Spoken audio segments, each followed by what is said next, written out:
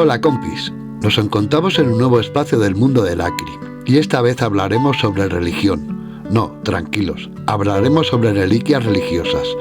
Ya sea a través de la fe, los milagros y los misterios desafían la razón y algunas de ellas se dice que tienen mucho poder. Nos adentraremos a conocerlas y saber un poco más de ellas. No perdamos más tiempo y comencemos, amiguitos. Si te atraen los misterios y lo oculto, las leyendas y conocer lugares, el mundo del Acri es el lugar para conocer la verdad más allá de lo visible. Aquí escucharás voces del pasado, secretos olvidados y relatos que desafían la razón. Cada historia tiene su alma y cada alma una historia. Bienvenido al mundo del Acri, donde lo real y lo imposible se confunden, porque la curiosidad es el primer paso hacia lo desconocido. Bienvenidos a mi mundo.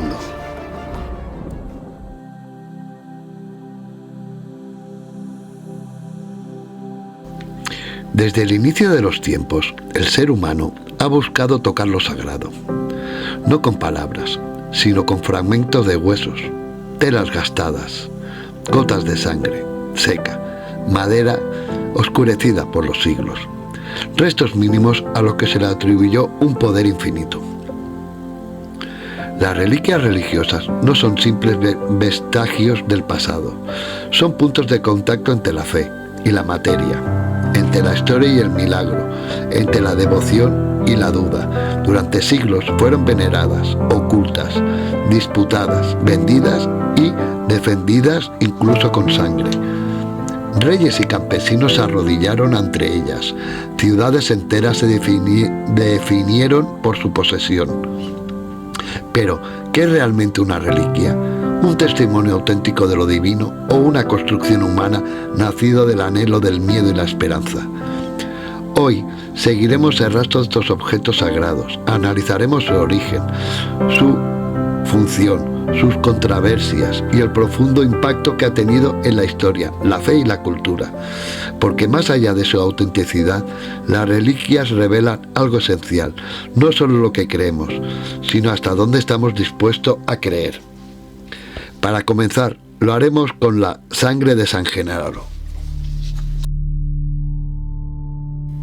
En el sur de Italia, abrazada por el mar Tirreno y vigilada por el volcán Vesubio, se encuentra Nápoles. En el corazón del casco histórico se alza la Catedral de Nápoles, conocida como el Duomo. En su interior se custodia uno de los misterios más famosos del cristianismo, la sangre de San Genaro, patrón de la ciudad y figura central de una devoción que lleva más de 1700 años viva.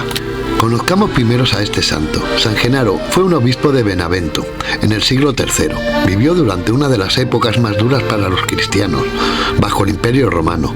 Según la tradición, San Genaro fue arrestado durante las persecuciones ordenadas por el emperador Diocleciano.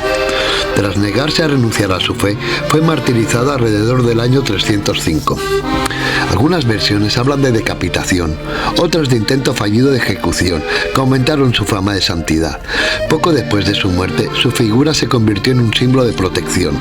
Nápoles lo adoptó como guardián espiritual. Pero lo que realmente consolidó su culto fue algo extraordinario que sucede. Tras su muerte, una mujer recogió su sangre en 2 pequeñas ampollas de vidrio. Esas ampollas se conservan hoy en un relicario dentro de la catedral. Lo asombroso es que lo que ocurrió siglo después, la sangre normalmente sólida y oscura, se licúa en determinados momentos del año. Este fenómeno, conocido como el milagro de la licuefacción, se documenta oficialmente desde el año 1389. Las fechas que coinciden son 3. 19 de septiembre, Festividad de San Genaro y aniversario de su martirio. Primer sábado de mayo, conmemorando el traslado de las reliquias a Nápoles.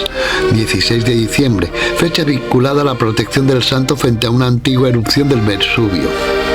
Cuando estas fechas la sangre se licúa, la ciudad lo celebra. Cuando no lo hace, surge la inquietud. A lo largo de la historia, que no se licuó ha coincidido con la tradición, según la tradición popular, con tragedias como terremotos, epidemias o guerras. Aquí es cuando el misterio se vuelve más denso. La Iglesia Católica no ha emitido una declaración científica definitiva, reconoce el fenómeno como extraordinario, pero evita una explicación cerrada. La comunidad científica, por su parte, ha propuesto varias hipótesis. Una de las más conocidas sugiere que la sustancia puede ser un compuesto tisotrópico, es decir, un material que pasa de sólido a líquido cuando se agita o cambia de temperatura. Experimentos modernos han logrado reproducir efectos similares, usando óxidos de hierro y sales, componentes compatibles con la apariencia de la sangre. Sin embargo, hay un problema. Nadie ha podido analizar directamente el contenido de las ampollas. Estas nunca se han abierto. Todo estudio se basa en observación externa, lo que mantiene el debate abierto. Para los creyentes no es química, es señal de advertencia y protección. Para otros, un fenómeno físico, aún no demostrado del todo. Y para Nápoles, más allá de explicaciones, es un latido cultural que conecta pasado-presente. La sangre de San Genaro no es solo un relicario, es un espejo donde se refleja la fe, el miedo, la esperanza y la necesidad humana de creer que alguien en algún lugar vela por ellos. En Nápoles, cada vez que la sangre se licúa, no solo ocurre un fenómeno, se renueva un pacto invisible entre una ciudad y su santo. Un misterio que siglos después sigue sin coagular una sola explicación. Sí. Pues esto es la historia de la sangre de San Genaro. Espero que os haya gustado. La siguiente reliquia es algo extraña. Se trata de la reliquia de la Casa Loreto. La reliquia de la Casa Loreto es la Santa Casa, en que la tradición católica cree que es la casa real de la Virgen María de Nazaret, transportada milagrosamente a Loreto, Italia, en el siglo XIII, donde hoy se venera dentro de la basílica de la Santa Casa de Loreto. Es un santuario mariano muy importante y se considera una reliquia indirecta, ya que el lugar fue donde ocurrieron eventos sagrados como la Anunciación y la vida de Jesús, María y José. Se cree que son los muros de la casa de Nazaret, donde la Virgen María nació, creció y recibió el anuncio del arcángel Gabriel. Contiene el altar y la chimenea originales, y se dice que fue el hogar de la Sagrada Familia tras el regreso de Egipto. La creencia popular es que ángeles transportaron la casa de Tierra Santa para salvarla de la conquista musulmana. Registros históricos surgieron que fue rescatada por una familia bizantina y trasladada por mar, aunque la narrativa de los ángeles representa una protección divina. Es uno de los santuarios marianos más venerados del mundo, atrayendo a miles de peregrinos. La devoción se centra en la Santísima Virgen María y la vida de Jesús en ese hogar sagrado. Junto a la casa se venera también el icono original, una imagen bizantina y reliquias textiles como velos que han estado en contacto con la imagen sagrada, como documentan antiguos testimonios. La Casa Loreto es una reliquia extraordinaria que simboliza la presencia terrenal de la Virgen María, un lugar de gran historia y espiritualidad que representa la encarnación y la vida de la Sagrada Familia. La siguiente reliquia que conoceremos se encuentra en España, más exactamente en Oviedo, y se trata de un sudario.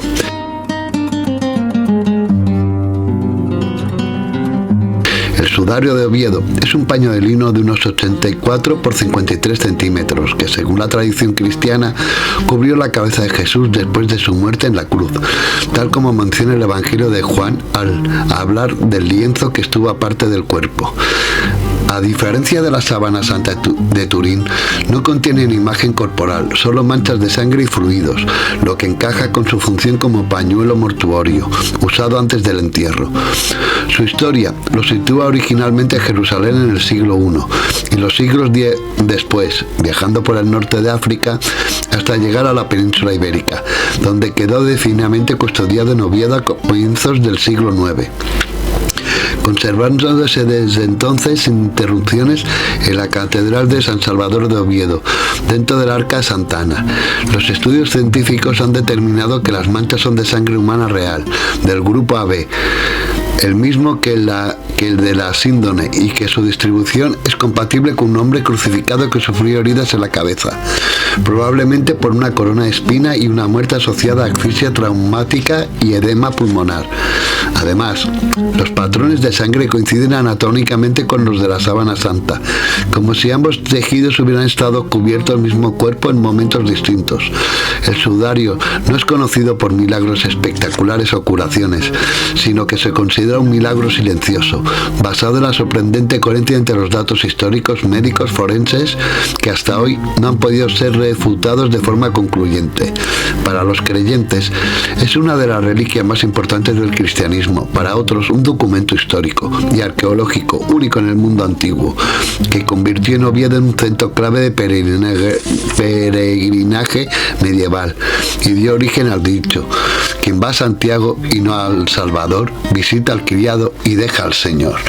Puesta la reliquia del sudario de Oviedo. Para nuestra siguiente reliquia volveremos a Italia, exactamente a Turín, para conocer la sábana santa de Turín. Se dice que es el sudario que envolvió el cuerpo de Cristo. Entre la fe y la ciencia, la sábana santa divide y fascina al mismo tiempo a todos desde tiempos remotos, ya sea por su misterio inmortal. De esta reliquia ha ocasionado mitos, leyendas, cultos antiguos y devociones modernas. Pero sepamos por qué es tan importante esta sábana. Se trata de un lienzo funerario de Jesús, de tela de lino, en la que envolvió su cuerpo cuando lo bajaron de la cruz, antes de enterrarlo. Este antiguo lienzo de unos 4,41 metros de largo y 1,13 de ancho se ha impreso la figura de un hombre natural, con signos de heridas y mutilaciones que pueden ser las recibidas por Jesús en sus últimos momentos de vida. Hay varios evangelios que la nombran, como el de Mateo, el de Marcos y el de Lucas. Se dice que José de Arimatea lo envolvió en ella antes de bajarlo de la tumba, el cual era una práctica habitual en los entierros judíos. Esta sábana santa se encuentra en la Catedral de Turín, expuesta en un relicario especialmente para su conversación. El primer testimonio se remonta a 1553. Un caballero llamado Godofredo de Charning se lo trajo de la Tierra Santa a la ciudad del Rey, la cual él procedía. Justamente mandó construir ahí una iglesia para guardarla. Tiempo más tarde, uno de sus descendientes la vendió a los duques de Saboya, que la trasladaron a la capital. Allí hicieron una capilla, la de Chamberlain, especialmente para ella. Al tiempo, esta capilla sufrió un incendio. Después, años más tarde, el duque Carlos III de Saboya llevó el sudario y tras varios trasladados fue llevado a Turín en 1563. Donde se colocó primero la capilla de la Sábana Santa, posteriormente la Catedral de Turín. Ya llegamos al año 2002. Se realizó una restauración conservadora. Se retiró los paños y el soporte aplicados después del incendio y las partes de tejido quemadas, además de limpiar la sábana, en donde también se hizo un estudio de ella. Y la fecha que dataron era de 1260 y 1390, la época que fue traída a Europa, y que quedaba descartada la teoría que fue la sábana o sudario que envolvió a Jesús. Muchos creyentes, incluso científicos, rechazaron este estudio. Pero no hace mucho se realizó otro, con mejores medios y más eficaces. Este estudio dijo que sí que era de la época de Jesús y que podía ser su sudario. De hecho, este misterio aún no ha terminado y divide a creyentes, incluso a la comunidad de científicos, puesta la reliquia de la Sábana Santa. Nuestra siguiente reliquia se decía que era invencible y quien la perdiera solo tenía un destino, la muerte. La poseyeron Constantino, Carlomagno, la quiso robar Napoleón y Hitler la codició. Hablamos de la lanza de Longinos, más conocida como la lanza del destino. El empezar de la historia, un momento y un lugar terrible de la historia humana, la crucifixión de Jesús. Un centurión, Cayo Casio Longinos, que estaba al mando de los soldados romanos, era el encargado de supervisarla. Este centurión sufrió una infección en los ojos, que lo hacía bizco. Era el encargado de la crucifixión, como dije. Los condenados a la cruz tardaban en morir y se les mandó romper las piernas, y así lo hicieron. Longio cogió su lanza y se la clavó en la parte derecha de Jesús para comprobar si había fallecido. Cuando retiró la lanza empezó a manar sangre y agua que salpicaron el rostro de Longinos. La infección sanó y este cinturón dejó de ser bizco. Longinos exclamó: en verdad, este era el Hijo de Dios. Aquí comienza la historia de esta lanza. La lanza ha sido un objeto venerado por supuesto contacto con la sangre de Cristo. A consecuencia de eso se empezó a especular que quien la tuviera sería invencible. Allí es cuando comienza a mezclarse historia y leyenda. Pero como ocurre con otros objetos sagrados, existe más de una lanza, y son varios los lugares que dicen que tienen la original. En la actualidad hay 4. Uno en el Vaticano, se sabe que existe, pero no se exhibe. Otra en el Palacio de Hofburg, en Viena. La tercera se encuentra en Cracovia, Polonia, desde el siglo XIII, pero algunos especialistas dicen que es una copia que la de Viena. La última es la llamada lanza Antioquia, y es custodiada de la Catedral de Armenia. Había una quinta en Francia, comprada por Luis IX, pero para adornar la Sainte-Capelle de París, pero tras la Revolución fue llevada con otras reliquias a la Biblioteca Nacional, y allí desapareció su rastro. La lanza tiene unos 30 centímetros de longitud y está partida en 2 y unida por una funda de oro y plata. En la parte del mango hay 2 pequeñas cruces de oro. En el canalillo central, en la junta, fue añadido en el siglo XIII unos supuestos clavos de la crucifixión. Como ocurre con la lanza, existen varios y en varios lugares. Algunos personajes históricos que la han poseído la lanza. El primero del que hablaremos es Constantino el Grande, que la utilizó como talismán para derrotar a Magnecio en la batalla de Puerto Milevio en el siglo IV.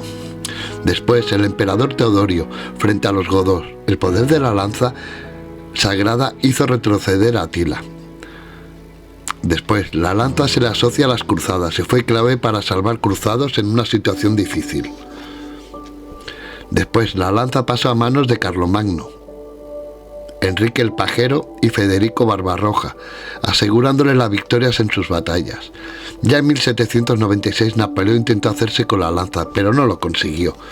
El siguiente personaje histórico fueron los nazis. Hitler tenía una pasión por el ocultismo y la buscó desesperadamente. Estos son algunos de los personajes que la tuvieron. Pues esta es la historia de la lanza sagrada o la lanza del destino. Ahora ya pasaremos a conocer nuestra última reliquia, que quizás es la más conocida. Se trata del Santo Grial. El Santo Grial es una de las reliquias más legendarias de la tradición cristiana y de la literatura medieval. Su concepto abarca desde un objeto físico sagrado hasta una potente metáfora cultural. Ahora sabremos qué representa el Santo Grial. Se identifica tradicionalmente como el cáliz utilizado por Jesucristo en la Última Cena. Según otras leyendas, fue el recipiente usado por José de Arimatea para recoger la sangre de Jesús durante la crucifixión. La palabra grial proviene del latín gradalis, un recipiente para beber o servir comida. No era un objeto mágico ni de oro, sino una copa sencilla. Muchos lo describen como un material sencillo, posiblemente de piedra o madera o cerámica. Tamaño normal, una copa en sí, uso cotidiano, sin joyas ni ornamentos. Durante los primeros siglos del cristianismo, el grial no ocupa un papel central. Todo cambia en la Edad Media. A finales del siglo XII, el poeta Charretier de Troyes escribe una obra clave, el Cuento del Grial. Ese relato dice que el grial no solo es una copa, es un objeto misterioso, sagrado, inalcanzable para quien no sea digno. Otros autores medievales lo relacionan con el rey Arturo, caballeros de la mesa redonda y la búsqueda espiritual. Y por tanto, eso es literatura, no historia. Pero fue tan impactante que terminó moldeando la imagen del grial hasta el día de hoy. La realidad es que no existen pruebas de expediciones oficiales buscando el grial, pero sí hubo peregrinación, custodias de reliquia y disputas entre reinos e iglesias. Con el tiempo, su búsqueda se convierte en algo simbólico, de buscar la pureza, la verdad y lo divino. El grial deja de ser un objeto y pasa a ser un ideal.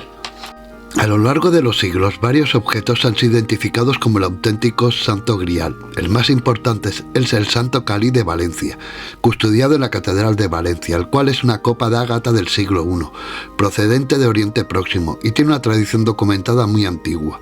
No se afirma oficialmente que sea el Grial, pero es el candidato con mayor respaldo.